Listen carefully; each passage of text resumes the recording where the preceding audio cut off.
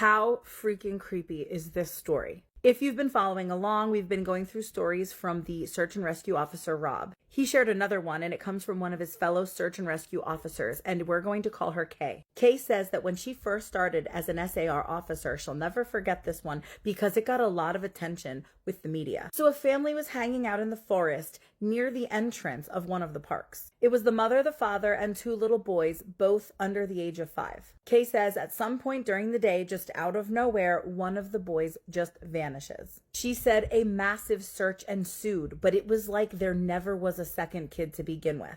Meaning they found 0 evidence, including the canines, not picking up one single scent, even to start. The search went on far and wide for about 2 months, and then eventually it had to be called off. Okay, so fast forward 6 months, and this family comes back to the site where there was a memorial put in place for their son because they wanted to pay their respects and put some flowers there. They turn their backs for about 3 seconds, and their other son totally disappears. Obviously, they're both flipping out, devastated. I mean, it's hard enough to lose one child, but now the second has gone missing in the same area. Kay says the search was absolutely massive, one of the largest in the state's history. We're talking over 300 volunteers combing every inch of this area, determined to find this child. But again, no trace of this poor child. The search goes on for about a week, and they even span miles past where this poor child went missing, and nothing. Okay, so listen to this.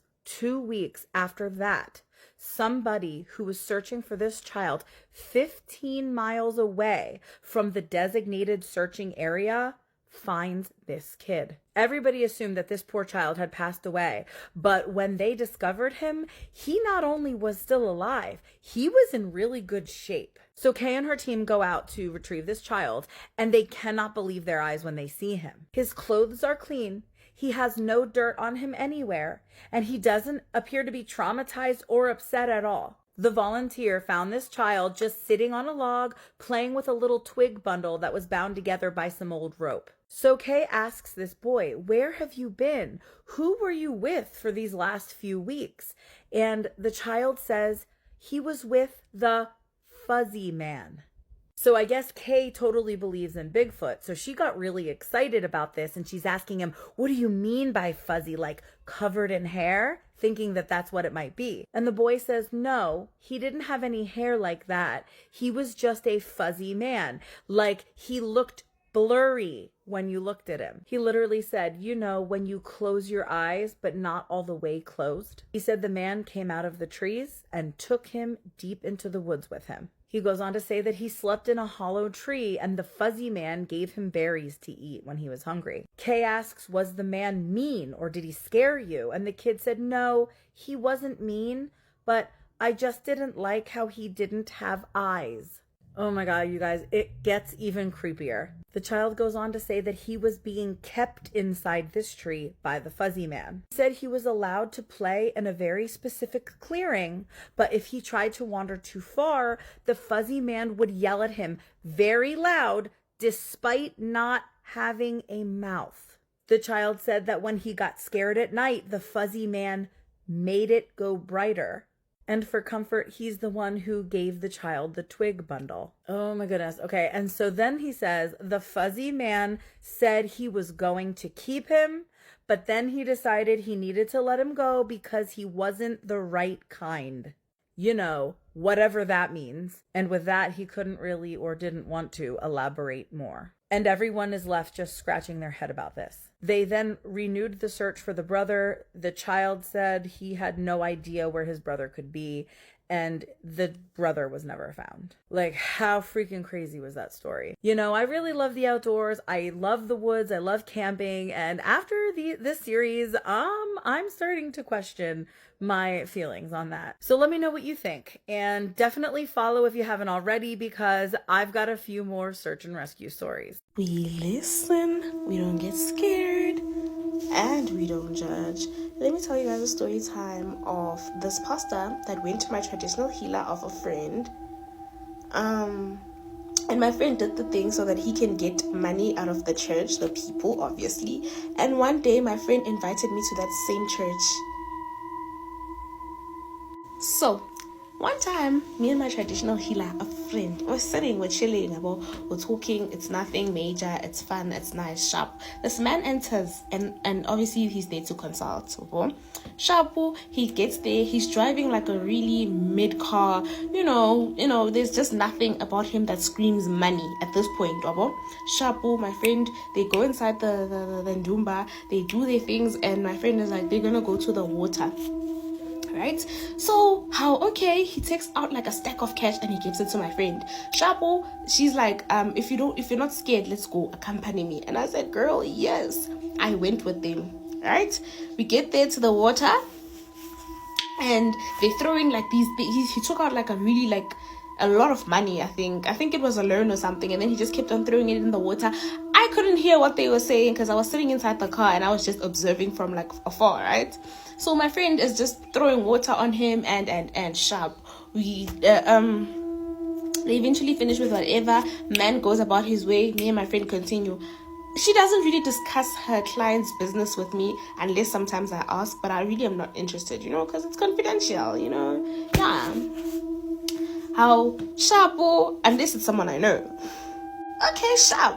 This other time, my friend is like asked me like, have you ever like been to church like recently? And I tell her no, like it's been quite like a couple of years since I was in church, maybe like 2 or 3 years.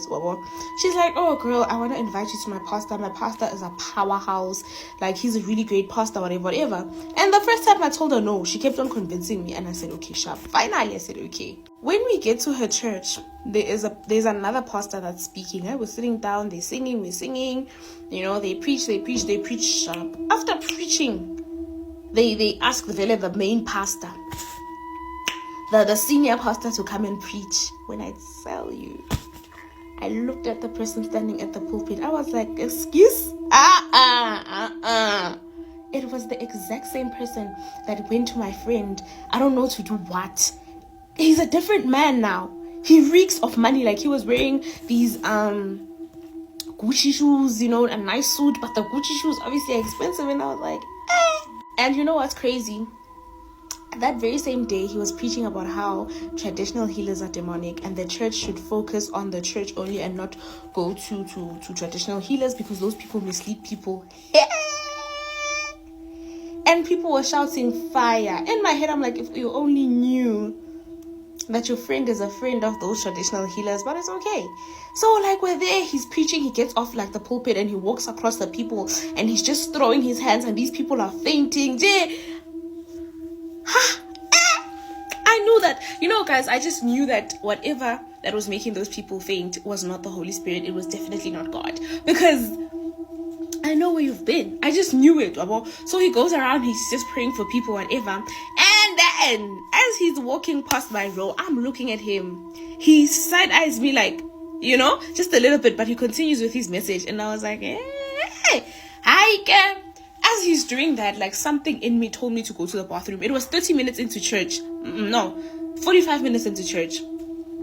I tell these people that I'm pressed, like I really need to go to the bathroom. They let me go. Guys, when I got to that bathroom, I literally just sat and I never went back. For some reason, my spirit would not let me go back inside. So I just sat on the toilet seat and didn't come back until church was over. Mind you, that church service was like 2 hours. So I sat there. When I tell you I sat there, every single time I tried to get up and go back, something was like, don't go back there. Sharp, church comes to an end. I get up because I can hear the people leaving, whatever. And when I get there, I'm waiting for I go inside to look for my friend, and my friend is still inside the church. Guess what she says to me? She's like, Chomi, Daddy wants to speak to you. It's like, what the hell? Daddy, who's Daddy? I don't know who that is, He's like, the senior pastor wants to talk to you, whatever. I was like, no. She's like, just go to him, it's okay, sana. I go to the pastor, I greet him like, hi, because I'm trying to act like I don't know him, like I don't remember, because he's really trying to study me, like, do you really remember me? Have you forgotten what I did? Do you know what I'm trying to say?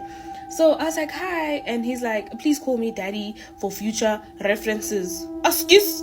So apparently they call the senior pastor Daddy, and then his wife, they call her Mom. I'm sorry, I'm sorry, y'all. It was new to me. It was very new. So I'm like, oh, okay, I'll do that. He's like, you have such good light in you. I see light in you. I see God is gonna do things for you. The God of the water that you used that you're using to lie to these people is okay. So I didn't say that. I'm like, yeah, okay. So I keep on acting like I understand, and he's like, yeah. So he's like, I want to give you a position in the church. He wants to give me, like, I don't remember what he wanted me to be. Somewhere along the leaders of the Asha or the youth leaders, somewhere there. And I was like, yeah, I'll think about it. He's like, yeah, please come back to church again. Mans was like, let's pray. Everybody raises their arms. I'm like, oh my God, fine. So we're there. I raise my arms up. We're praying, and then he touches my forehead, and I fall. As soon as I fall, guys, I had a split second, a vision for a split second. Hopefully that makes sense. I had a vision, and I seen this man, and he was a snake. He was a snake. It was a snake wearing a freaking suit and shoes, and those Gucci shoes. But then it was so quick, and when I opened my eyes, I looked at him, and I was like, yeah, okay. And then he tried to pray for me again, and I was like, babuti. And I was like, yeah, no, it's fine, I understand. I'll come back, baba. He's like, oh, okay, sharp. We leave or whatever, and I get home, ne? As soon as I get home, guys, I ask my friend, my traditional healer of a friend, and I text her like, where are you, baba? She tells me, oh, I'm at home, what's up? I'm like, I want to come visit you, I have some tea for you. And this tea doesn't require a phone. It requires me looking at you in the eyes. She's like, okay, cool, come through. I get to my friend's place. When I get there, guys, I told her, like, guess whose church I was at today? She's like, whose? I'm like, remember that guy that came here that first time? Yeah, you remember most the guy with the car, whatever. My friend is like, yeah, what happened? I tell her that I was at this man's church. I didn't know he was a pastor. She's like, yeah, remember that time that he came here the first time? He told me that he wants to build a church, and he wants people to come to his church, and he just wants the money from the people, basically just making it a little hustle. Do you get what I'm saying? So he's like, he told her that, hey, this is what I want. And my friend was like, I asked her, like, who do you want to serve? You need to serve a god of water. Either you serve the god of water, or you serve the god of reptiles, or you serve what. And he chose the water. And she's like, he paid a solid 10K for that. And when they went to the water, she's like, you didn't hear what he was saying. I was like, no. He's like, when they got inside the water, as they threw money so that they can call that god of water. Never seen him before. I don't know if it's true or not. But she's like, they threw money, like a couple of money, to the god of water, so that the god of water can appear, and the man that pastor has to speak to that god of water so that he can give the pastor whatever he wants. And she's like, he comes here every month because he has to go back to the water each and every single month and give the god of water money, like a gang amount of money. And she was like, if you ever go to like a certain field and you see money in the water, don't go pick it up. More especially if you know that traditional healers go there to help clients, don't go pick that money up. But she was like, yeah, like I should just be careful, like not go to that man's church because the man is doing bad things, and if I decide to suck myself in there, it's going to be hard for me to come out. It's going to be hard for me to believe anybody that tells me that man is not a good person. I'm just telling you to be aware. If you're a Christian like me, I don't believe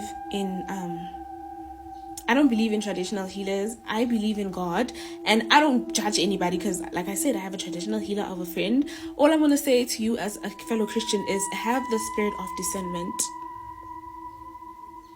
Have the spirit of discernment, sissy, so that you don't find yourself in a church that is doing nothing but just eating your money using these evil spirits. Traditional healers, and I'm not saying traditional healers are bad people, but some of these pastors are bad people. And they portray traditional healers like bad people. Kanti, they know. After hours, they go to those people. Watch out. Let's read some scary Wendigo stories. This happened in December last year. I was visiting my uncle in northern Minnesota near the Canadian border. He's the kind of guy who prefers solitude, lives in a cabin deep in the woods, no close neighbors, just the trees and whatever lives in them. I never minded visiting. I like the quiet. But after that night, I don't think I'll ever go back. It was the coldest night of the year, at least negative 30 degrees Fahrenheit. My uncle had gone into town for supplies, so I was alone. The cabin was warm, the fire crackling, and I was scrolling on my phone when I heard it. something moving outside. Not footsteps, more like a dragging sound, slow, deliberate. At first I thought it was the wind, but then came a knock. Not at the door, at the window. My uncle's nearest neighbor was miles away, and no sane person would be out in the cold. The knocking came again. I reached for my flashlight and shined it through the window. I wish I hadn't. There was something standing just beyond the tree line. It was tall, at least 7 or 8 feet, but emaciated, with long, bony limbs. Its skin looked frostbitten, almost blackened, and its eyes were glowing, not reflecting light, glowing on their own. I should have looked away. I should have closed the curtains, but I was frozen, staring, unable to breathe. And then it smiled. Its teeth were too many, too sharp, stretching across its face. It opened its mouth wider than any human should, and then it spoke. Let me in. The voice didn't match the body. It sounded wrong, too deep, too garbled. I ran. I grabbed my uncle's rifle, locked the door, and backed into the farthest corner of the room. The knocking stopped, but I could hear it scraping against the walls outside, slow and patient like it had all of the time in the world. I sat there for what felt like hours, rifle shaking in my hands, until my uncle finally came back. The second his headlights swept across the trees, the noises stopped. He found me pale, sweating, and gripping the rifle like my life depended on it. I told him everything. He didn't say a word, just nodded and checked around the cabin. When he came back, he looked unsettled. There are no tracks in the snow, he said. Nothing. That was impossible. I heard it and I saw it, but there was nothing outside. No footprints, no marks on the walls, just the untouched snow and the silent watching trees. I left the next morning and haven't been back since. My uncle still lives there, but he told me something before I left. If you ever hear it again, don't look, and whatever you do, never let it in. I haven't told anyone else this story until now, but I know what I saw, and I know it's still out there. My sister and I were playing in the snow, and I heard our dad faintly calling my name from the forest. I was looking through the trees to see where he was when my sister said, "Are you coming? Dad's home. We have to help him with the groceries." We ran around the house to the garage, but his car was still gone and no tracks in the fresh snow. Later on, my sister said she heard him call her name from the garage. We both heard our own names 3 times, getting clearer each time. This happened to my grandpa. He went camping with his Boy Scout troop in some woods near my home. The woods take up over 10 square miles. They were about 2 miles in at a campsite. He said he woke up in the middle of the night to a rustling sound outside of his tent, and at first he didn't think much of it. He thought it was one of his friends or the troop leader taking a piss, so he went back to sleep. The next day in the morning, he asked the troop who woke him up to use the bathroom, and everyone said that no one got up last night, so he thought that someone was messing with him. That night, he was woken up again to the sound outside of his tent. However, his buddy next to him also woke up to it. My grandpa, thinking someone was pranking him again, wanted to find out who it was, so he and his buddy looked outside the tent and saw a creature walking around the perimeter of their camp. He thought it was a deer at first, so him and his buddy got closer, and they started to notice more and more details. It had legs that looked like goat's legs, long arms and claws instead of hooves, and the decaying head of a deer. They hid in a nearby bush, scared to even move. They laid there still, not daring to move until the troop leaders found them the next morning. When they told them what they saw, the other kids got so scared that they basically forced all of the leaders to bring them back home. My grandpa says that you can hear it calling to you if you get close enough to the woods. This girl said that something was mimicking her mother and showed her what her future was going to look like up until the very end when she was 4 years old. This story is crazy, just to let you know. So when Cassie was 4 years old, she loved playing in her sister's room. She had all these Barbies in there. She even had a bird in there. Most of the time when she would play in there, she was usually alone in the room because her older sister was normally at school or at a sports club. The house that they lived in was a big house. So her brother would be on the opposite side of the house in his room, and her mother would either be in the kitchen or watching TV. So one day she's in her sister's room. She's just playing and she hears her mother call her, and her mother calls her into the kitchen, and the kitchen is only down the hallway. So she stops playing, she gets up, and she goes to see what her mom wanted. As she's walking past her sister's door into the hallway, she randomly looks down at her leg. Now, she was wearing shorts, and what she saw was mind-boggling. Her skin didn't cut, it didn't tear, it was split open on her leg. She was looking at like this clean opening, like as if her skin had completely separated. There wasn't any panic, there wasn't any pain, but she could see what was underneath her skin. Not in a gory way, but in a way that reminded her of like a medical book. Like when you see diagrams of what's underneath the surface of somebody's body, that's what it looked like. And it was just split wide open. She's looking at underneath her skin. So she's standing there holding the skin of her leg in her hand, and it's still attached to her. She remembers thinking it was strange but not scary. Like her young brain didn't understand that it should be scary to see that. So she's just staring at it for a second, and then she takes the two parts of her leg, she closes the slit,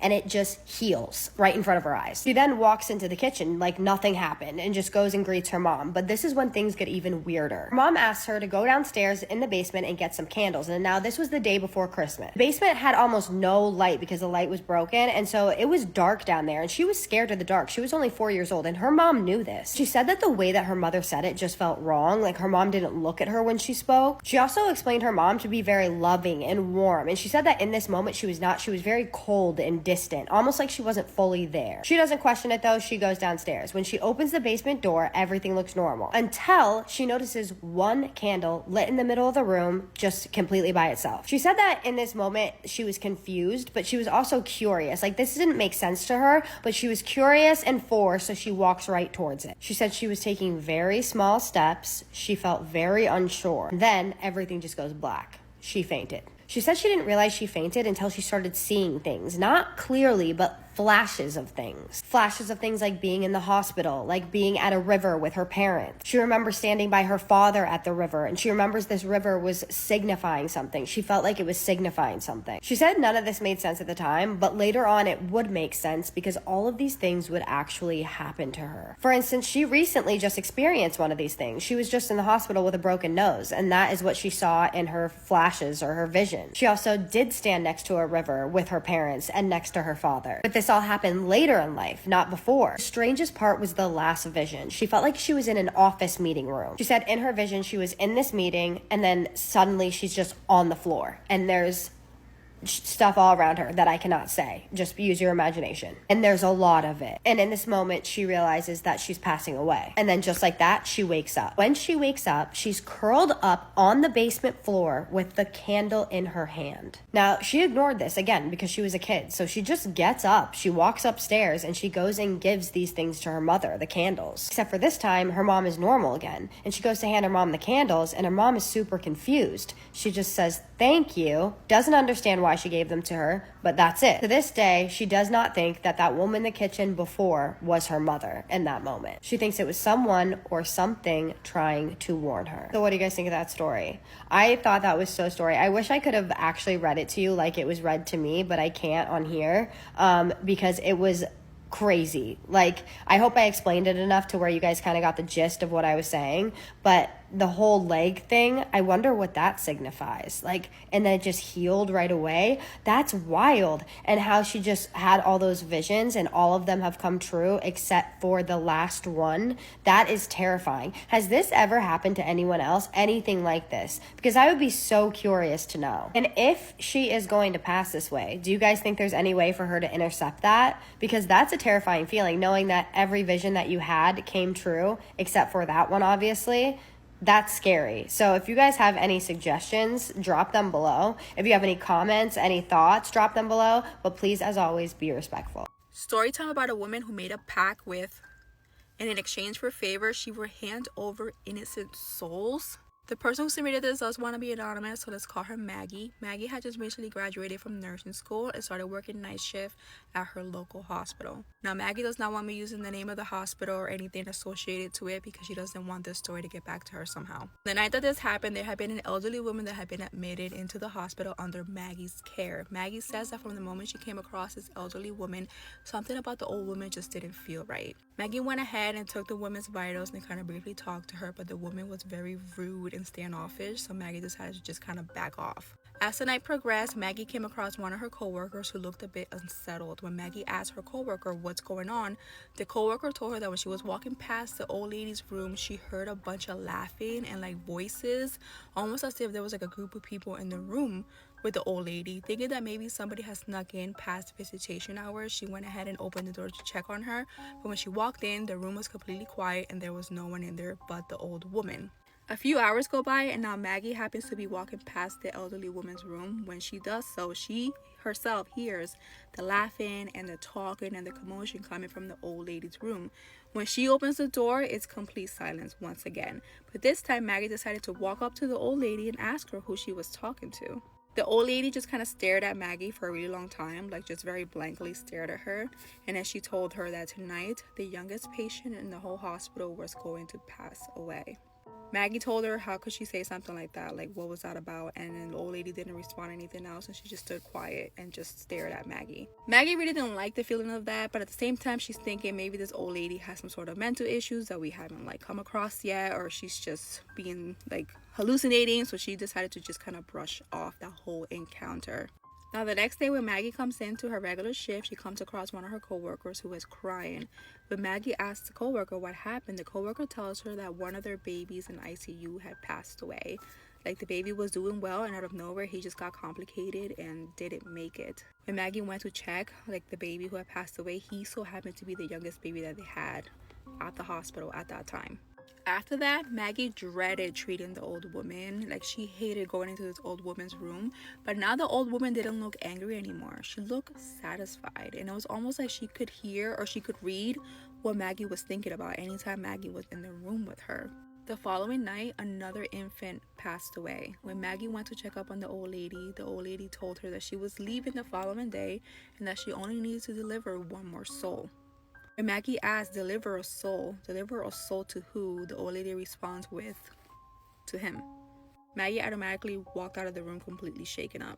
Just like the old lady said, the next day she did go home. Even though she was critically ill and they didn't really think she was going to make it, she, out of nowhere, just became extremely healthy and was good enough to go home. Now I'll just read this last part from the email. Maggie says, I don't know what or who she made a pact with, or if any of this can be explained away as coincidence. All I know is what she said and what happened afterwards. I stayed in nursing, but it took me months to recover from that experience. Even now, when a hospital hallway goes quiet at night, I still remember that lady's smile. It almost reminds me of the movie Weapons, how that old lady needed all of these little kids in order to become like healthy again, how she was like dying, but in order to get better, she needed the life source of all of these kids. It's insane, but I definitely believe that things like that do happen. It was a moonless, foggy night in Shriksville, Southern California. Bailey Ghoston sat curled up on her couch wearing a big sweater and hands cupped around a hot chocolate spiked with liquor, watching Scream. Don't go up the stairs, you stupid sex worker! Bailey laughed at the screen. She was mean but progressive. Scream was one of Bailey's favourite movies. It was the kind of movie that made you laugh until you remembered you're all on your own. When Bailey remembered that, she started to see hands curl around the door, eyes peering over the sofa, and felt breath at the back of her neck. Bailey shook her head. Her imagination was running wild. The house went quiet, and she started to relax until... Ring, ring. Bailey jumped a mile. Then she put her hand on her chest and laughed at herself. You're losing your mind, girl. It would be her best friend, Champagne, or her big jock boyfriend, Brandy. Brandy is so hot, she sighed to herself as she reached for the phone. If only he didn't have such a stupid name, Bailey laughed. Bailey and Champagne laughed about Brandy's stupid name all the time. Hello? What's your favourite scary movie? Bailey rolled her eyes and smiled. Brandy, you're such a goofball. She heard a low chuckle from the other end of the phone. What are you doing? Coach Jockman is all up my ass about playoffs, so I'm at practice all night. Still on for tomorrow, right? Of course. Bailey put the phone down. She picked up her hot chocolate and went to press play when... Ring, ring. Ring, ring. Brandy, I promise we can do the thing we talked about as long as my UTI is cleared up and the rash has... Do you believe in the afterlife? The voice was deep. Who is this? The line crackled, then faintly Bailey heard breathing, ragged, wet like a dog. You left the door open, Bailey. She spun around. The door was shut, but the chain was swinging. She swallowed hard, whispering to herself. It's just the pipes, old house noises. Something slammed against the laundry room door. Bailey screamed and stumbled back.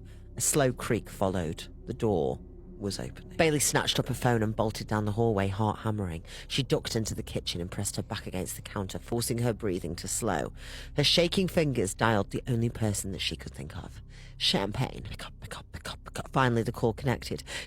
Champagne? Bailey, what's wrong? You sound... Someone's in my house, Champagne.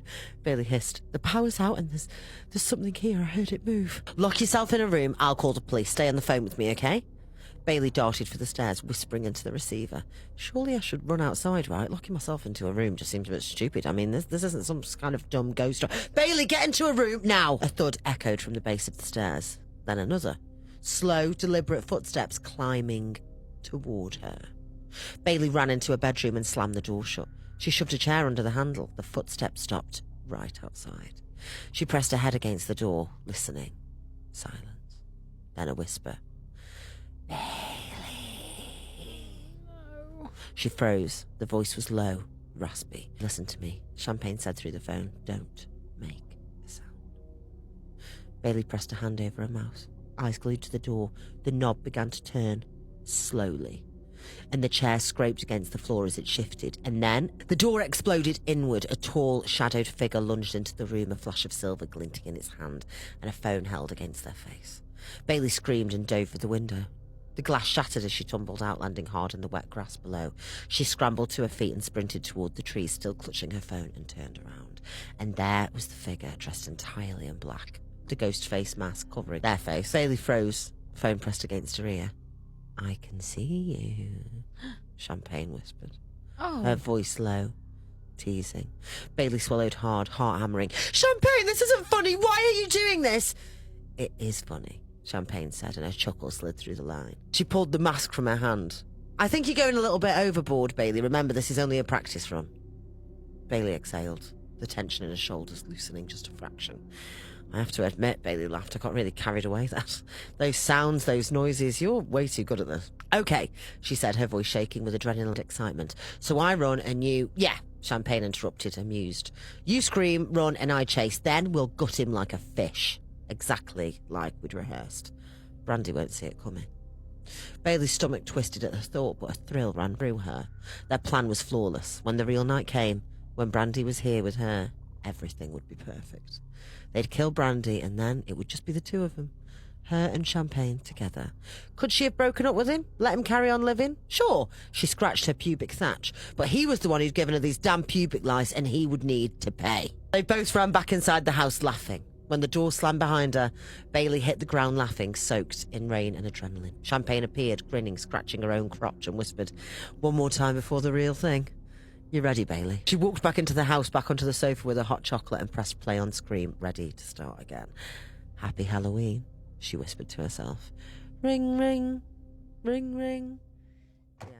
Many years ago, two Dutch tourists named Chris Kramers and Lizanne Froon went hiking in Panama, never to be seen again. Months later, authorities found their bleached bones and the most disturbing photos on their camera. On April 1st of 2014, Chris Kramers and Lizanne Froon walked out of their host family's home in Boquete, Panama, planning to go on what was supposed to be a normal hike. Chris and Lizanne were both from the Netherlands, and the reason why they were in Panama to begin with was for a trip that had been 6 months in the making. 21-year-old Chris and 22-year-old Lizanne were the best of friends and known for sharing the big common interest of traveling. Chris has been described as open-minded and creative. Lizanne has been described as athletic and ambitious, and both girls planned the trip to Panama together to go there for 6 weeks to get to know the culture, see new places, volunteer with the children, meet new people, and work on learning a new language. Both of the girls were extremely optimistic about this trip. It had been a long time in the making, and off they went to Panama on March 15th of 2014. Their trip was almost divided into phases. The first couple of weeks they spent on their own traveling around, and to begin the remaining 4 weeks, they then moved in with a host family to stay there for the remainder of their trip while volunteering at a local school. Boquete, Panama was the ideal place to go for outdoor activities. It's a beautiful place. There are forests, mountains, volcanoes, so much nature with an endless amount of different hiking trails. On the 1st of April, Chris and Lizanne left the house with the family dog in their backpacks to go off on their hike around 11 a.m. They were heading to a trail called El Pianista, which is beautiful but not easy. It's surrounded by extremely dense forests leading into and through the jungle. There There are deep ravines and sudden drop-offs, and because how much nature there is surrounding it, and because some of the paths are extremely tricky and narrow, it's not a common trail for inexperienced hikers. So they leave the house. That day, they also have lunch with two guys that they had met on the trip. We know that because they posted pictures on Facebook. And then I think it's safe to assume they just continued on to the hike. That night, the host family's dog returns back to the house, safe and sound, but alone. And Chris and Lisanne are nowhere to be found. The host family was concerned, obviously, because it was about to be pitch black outside and the girls had not come back. They searched around their house, they didn't see anything, and concern was only growing by the minute. Them failing to come back was very quickly feeling like a sign of a potential crisis. Calls to their phones were going unanswered. None of the people that knew them had heard from them, but considering the possibility that they could have been on their way back, but potentially in an area without service, the host family decided to wait until the next day to report their disappearance to authorities. On April 2nd, the girls were supposed to meet up with a tour guide to go on a tour around 8 in the morning. They failed to show up to that. I believe by that point, the host family had reached out to Lisanne's mom and asked her if she had heard from her daughter. She hadn't. No one had. It was on the 2nd that the host family called to report their disappearance to authorities. The following morning, on the 3rd, a massive search ensued for the girls. They were searching the village, the wooded area, the forest. They conducted an aerial search of the forest around the path or the trail the girls would have been hiking in.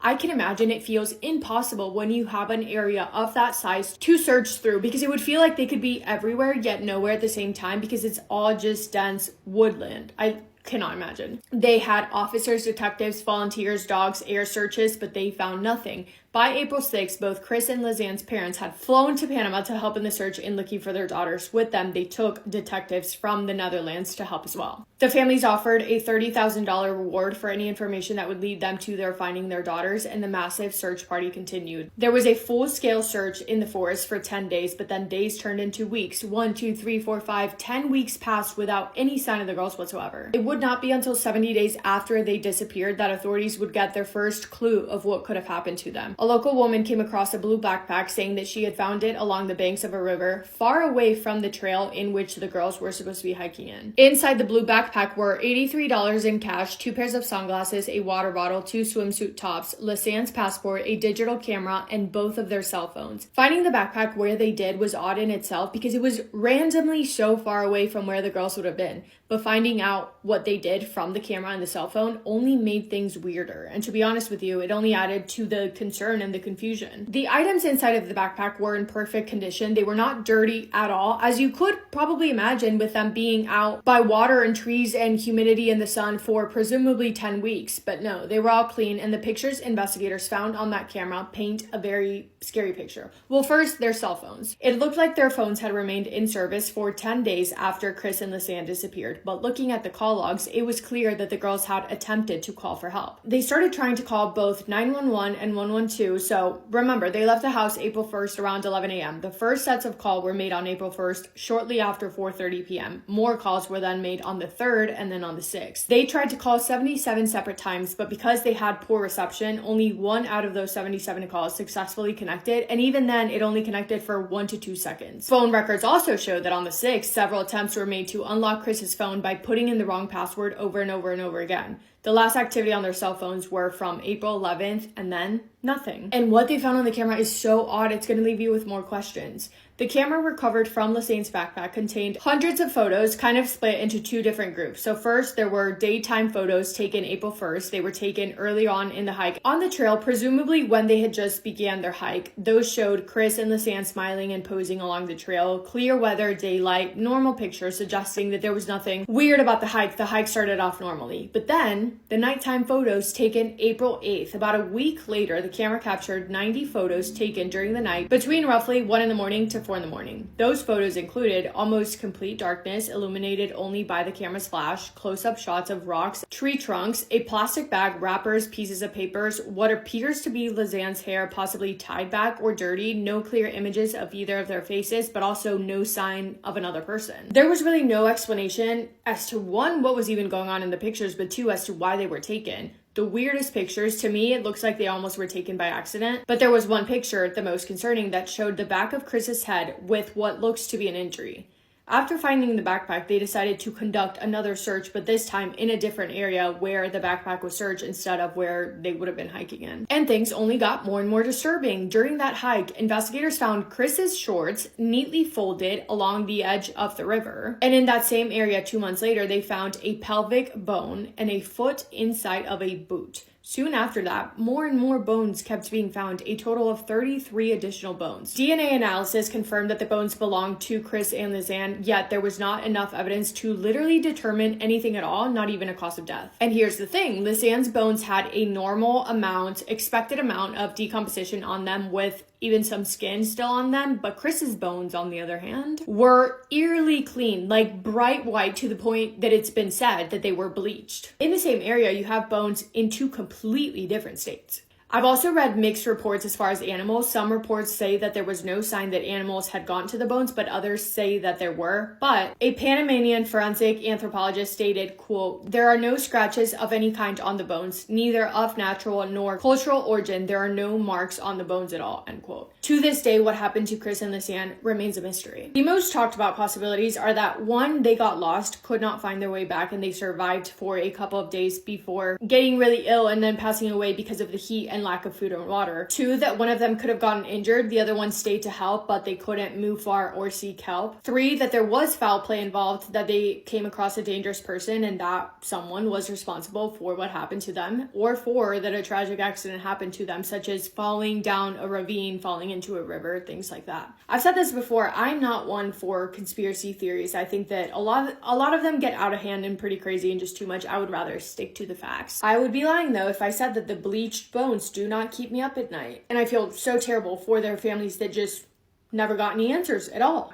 That is all I have for this video. Thank you guys for spending time with me today. Hope you're having the best day. If not, go do something to make it the best day. Make somebody happy, and I will see you in my next video. Massive kiss on the forehead to every single one of you. You can't make this stuff up. Might have known the story of real-life boogeyman. She sat on this computer chatting to an online predator who's about to abduct her. It was January 2002 in Pittsburgh. If you're old enough like me to remember the early days of the internet, we had no idea how dangerous things could get. It was actually magical back then. Like, what do you mean I can talk to anybody from anywhere in the world? Alicia Kozak was doing just that. She was a really sweet 13-year-old girl, beautiful, kind, and a very pure and innocent soul. And she's a teenage girl at this point. A teenage guy starts talking to her and she's flattered, and she's really appreciative of the friendship. She really did believe that he was the same age as her. I mean, why would somebody lie? So this went on for months and months. They developed this relationship. She believed that she was talking to another teenage boy, but things were about to take a very, very dark turn. Now, New Year's Day, there was this big celebration at Alicia's house with all of her family, and she thought to herself, what harm could it do to just quickly pop outside, nobody will even know that I was gone, and just say hello to this online friend in real life? She innocently thought she would literally be back in a few minutes. So she said to her mum, I've got a bit of a poorly tummy, can I just be excused for a second and just go to my room? So her mum obviously said yes. Instead, Alicia snuck out the door right into a predator's trap. So she snuck to the end of the road and she was like, that's really weird. I can't see anybody here. We were meant to meet. There was absolutely nobody around, but it was really, really cold and very eerie. The next thing she knew, she was bundled into a car. And in the chaos, she was like, oh my God, what the hell is going on? Where am I? All she could see in this vehicle were handcuffs and ropes. Inside of the car with her was a 38-year-old man, Scott Tyree. And it didn't even dawn on her at first that this was the person who was pretending to be her friend online. He drove and drove and drove, and she was just begging, praying that somebody was going to be able to spot her and rescue her, but no luck. And this went on for 5 hours. Imagine being kidnapped and literally not knowing where the hell that person is taking you for 5 hours. And the horror wasn't over at the end of the drive. When he finally made it to Virginia, he then bundled her down into a pitch black locked basement. Now, he actually knew she was terrified of the dark from the conversations that they'd had, and he was literally using this against her. He then stripped her off and AR'd her, but it wouldn't be the last time. Alicia endured days and days of sickening, relentless abuse. And it gets even worse than it already sounds, because he wasn't just doing this for his own sick gratification. There were others who wanted to watch. He beat her, AR'd her, broke her nose, all on camera on a live stream. But Alicia was smart and she knew, if I want to survive this, if I actually want to get out of here, it's no use just fighting against him because he's a grown man. She was like, I need to be clever about this and I need to try and get him attached to me because then it would make it even more hard for him to actually kill me. And it actually worked. He even admitted to her, I'm starting to like you too much. So suddenly on the 4th day, when he'd actually gone out to work and left her down there, she heard a massive crash. She was startled. She was like, oh my God, who is that? She could kind of hear shouting, somebody saying that they had a weapon, and she just genuinely thought, these people have come to kill me. It was the police though. They'd come to rescue her. She had no idea, and in her terrified state, she actually crawled under the bed. She didn't want to be found. She was convinced, bless her, these are more people that are going to do me harm. I need to hide. She was shaking as she saw these feet coming closer and closer to the bed she was hiding under. She braced herself. She thought, this is the moment when I die. They shouted, crawl up and put your hands on your head, which she did, but to her surprise, they cut her chains off and rescued her. Now, it turns out that some sick person who was actually watching the live stream decided that they wanted to do the right thing and report this to the police because they recognized the girl's face from like missing posters. So I guess even bad people can do good things sometimes. The FBI were thankfully able to track that IP address and race over to Scott's property. About half an hour later, they managed to track Scott down himself as well at work. I think one of the parts of this case that shocked me the most, I don't know about you guys, is the fact that Scott had a daughter who was virtually the same age as Alicia. In 2003, Scott was given 19 years and 7 months in prison, but surprise, surprise, did not serve his whole sentence. He was released in 2019, but again, surprise, surprise, he actually was sent back later after violating parole. He was released again in 2021. Alicia now has a master's degree in forensic psychology and has dedicated her life to being an advocate for online safety and a motivational speaker. He massacred 16 people over Christmas after his daughter, who he thought was his girlfriend, left him and married another man. This is one of the worst family annihilation cases in all of American history. I'm True Crime Caitlin, and this is the Simmons family Christmas massacre. This is a shorter version of this case. To hear a fuller deep dive, head over to the True Crime Caitlin podcast. The Simmons were a family living in New Mexico, and this family consisted of parents Becky and Ronald and their 7 children. Ronald, who went by his middle name Jane, was an ex-military man who was controlling and abusive towards his family. He ruled the home with an iron fist. Everything was regimented, controlled. Everyone had to follow the strict rules and conditions or face the wrath of Jane. One of the children would be singled out, however, and that was his oldest daughter, Shayla. From birth, Jane was obsessed with Shayla, and not even in like a loving parent way, in a creepy way. From a very young age, Shayla would be abused by her father, and by the time she turned 16 or 17 years old, she was pregnant with her father's child. When the social services and authorities got wind of what was happening to this very young girl, they went to arrest Jane, but he was one step ahead of them, having already fled from New Mexico to Arkansas. Here, the family would live in 2 static mobile homes that were merged together to make one big family home. There was no gas, there was no heating, and no plumbing. Surrounding the home was around about 13 acres of secluded land. Where the family were living now was pretty remote, definitely out in the sticks. The closest town was around about 10 miles away. And that is exactly what Jane wanted. He wanted to isolate his family as much as possible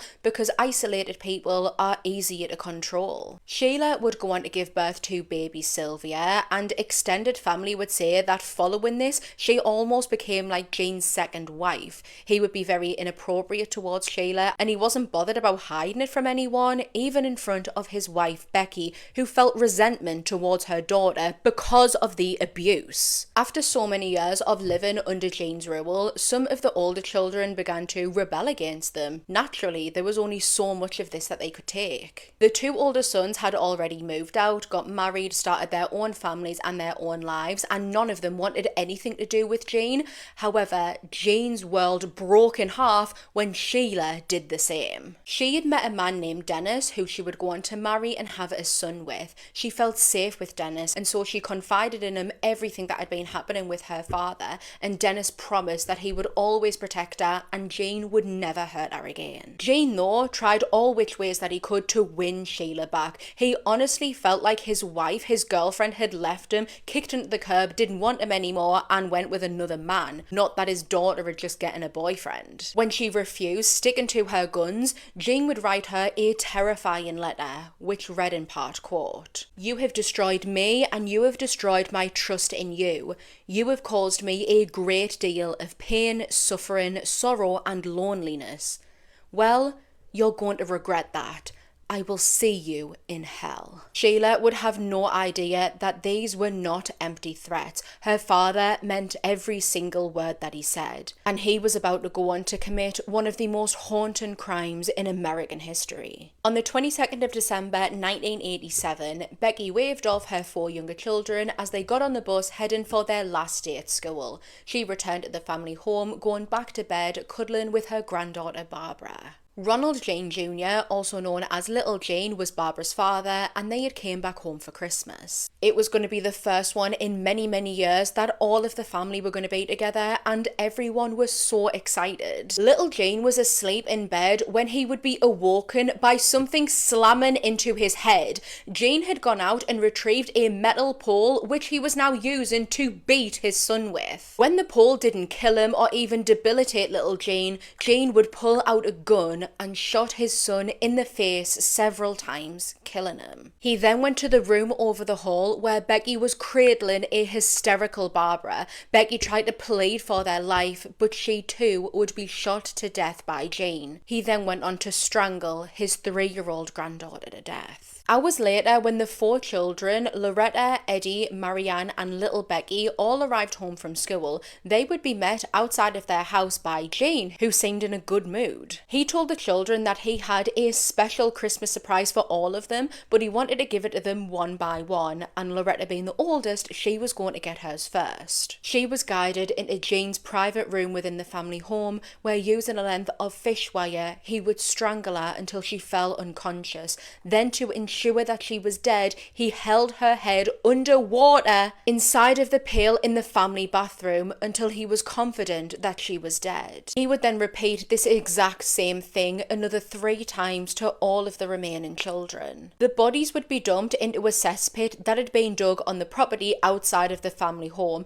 and chillingly, this cesspit was actually dug by the children. At the time, they had no idea that they were literally digging their own grave. A couple of days later, on Boxing Day, Gene Simmons would sit and wait for the rest of his family to arrive, who were expecting to be spending a lovely day together, extending the festivities. What they were instead met with was the barrel of Gene's gun. His son Billy, his wife Renata, and their son Trey would be the first family members to arrive.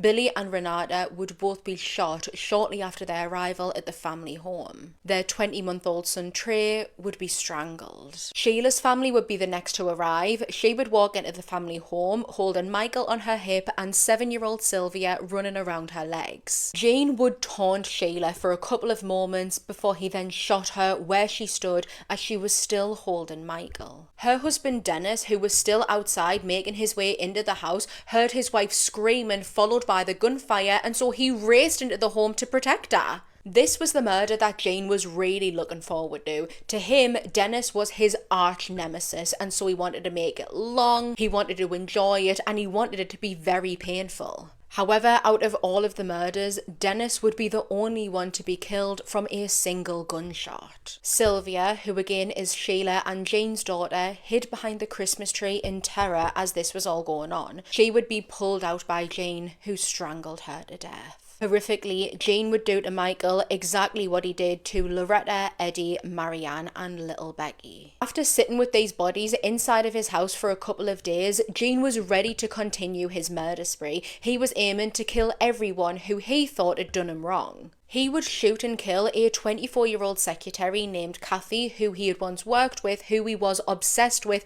but she didn't like him back, and so for Jane, that was enough reason to kill her. He went to another old workplace aiming to kill his boss, but instead killed a different employee by the name of J.D. Chafin. Gene Simmons would eventually surrender himself to the police. He would go on to be convicted of 16 counts of capital murder, and for this, he was sentenced to death. He was executed by lethal injection on the 25th of June, 1990. Somebody has to know who she is, and she deserves to get her name back. Hello, true crimer-ers. This is the case of the Nevada City Jane Doe. Viewer discretion is advised. This case takes us to Nevada City, California, and it's 1984. Specifically, July 8th, 1984. A pair of hikers were hiking next to the South Yuba Bridge when they saw what looked like a person. And it looks like they're being hidden by a bush. When they got closer, they realized that these were the decomposed remains of a human being. So they alert authorities. When police arrive, they find the partially skeletonized body, and it looks to be of a female. She was wearing some pretty heavy, almost like winter wear. She had on several layers, and with this being Nevada City in July, this was not someone who was dressed for summer weather in California, thinking that this may have been someone from a colder climate. She also had on some jewelry, including this gold ring with a teal or turquoise gem. And one of the more distinctive parts of her clothing was the shirt or sweater she had on had this embroidered tiger. This is the exact one. The victim had no ID, so they did not know who she was. They believe she was between the ages of 18 and 30, approximately 5 feet 8 inches tall, and she had shoulder-length dark blonde hair or maybe light brown hair. One of the shirts she was wearing came from a J.C. Penney. Her jeans were size 8 Calvin Kleins, and they were tailored to fit a smaller person. She had on white and red tube socks and blue and white size 5 Nikes.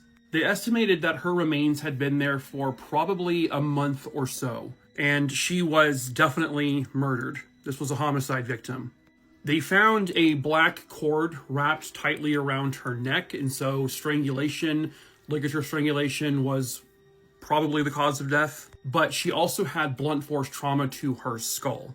But they do know she was dumped there. This is not where she was killed. Over the years, they have exhumed her remains to collect additional DNA, put it into CODIS, check the database, but still nothing, no match. Nobody to this very day has ever claimed that they know who the Nevada City Jane Doe is. They have checked missing persons reports over the years to see if she matches anyone who was reported missing, not just in that area, but the surrounding states, and still nothing. They tried to breathe some new life into her case as recently as about 2023, but they're still getting absolutely nothing from anyone. And I know her DNA has been put into CODIS to see if there's any direct matches, but I don't know for sure, but I have to assume they have also done the genetic genealogy thing to see if they could trace it back to a family using like Ancestry.com, etc. And they just have probably had no luck so far.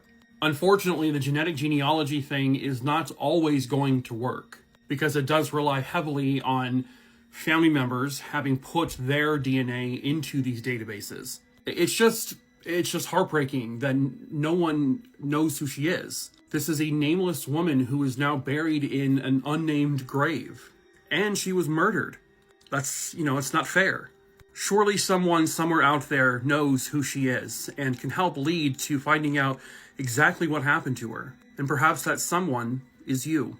If you have any information on the identity of the Nevada City Jane Doe and who may have killed her, please call 530-265-1471. Weird spooky Christmas stories. This one's about a Christmas visitor. So this Reddit user said that he did not believe in ghosts, but something happened Christmas night last year that shook him to his core. He said he was staying at his parents' house, sleeping in his old bedroom, and in the middle of the night he woke up because his bedroom door began to creak open. He said it was very clear and somebody was just slowly pushing it open. He said it was dark, but he saw a figure walking toward his bed. He just assumed that it was his mom coming in the room to gently wake him up earlier than he thought because they were going to go over to his sister's house and watch his nieces and nephews open their presents. So he just said, "Mama?" But the figure didn't answer. It just stood over him, silent, completely still. After about 2 seconds, he realized that's not his mom. He said he swung at the figure and felt nothing. He said his hand went straight through it, and then the figure just dissolved. He shot out of bed, turned on the light, and he said he left the light on for the rest of the night. Next morning, he told his mom what happened, and she wasn't surprised. She said that none of his nieces and nephews will sleep in that room. She said that everyone gets uncomfortable when they walk in. Here's where the story gets heavier. He said that when he was younger, that this is the room that he and his ex-girlfriend used to shoot up H. This was before he got sober.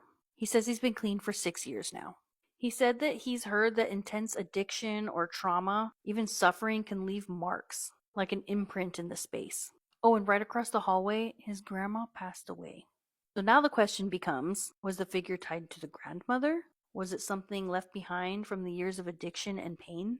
Or was it something else entirely? Whatever it was, it only took a few seconds. But it was enough to make a non-believer sleep with the lights on. Let me know in the comments what you guys think, or if you've ever had an experience like this, send it my way. When I was 5, we moved into an old farmhouse. My room was the biggest and the only one with a closet in it. It was a walk-in with a tiny window near the ceiling, not big enough for anyone to fit through. It also had no door, just an open doorway that faced my bed. I'd be fucking scared. I can only assume my mom had never seen a horror movie in her life up to that point or something. I have ADHD and I was one of those kids that never slept. I was quietly playing with toys on the bed when I got the distinct feeling I was being watched. I looked up and saw what I can only describe as a shadow person that was darker shade of black than the dark closet behind it. The eyes were red. Obviously, I was terrified. I froze in place until it put a hand on the outside of the closet like it was feeling for a light switch. Then I bolted and ran to my parents' room. My stepdad went through the whole place thinking it was an intruder, but there wasn't. I still remember it so vividly to this day, and I'm now 38 years old.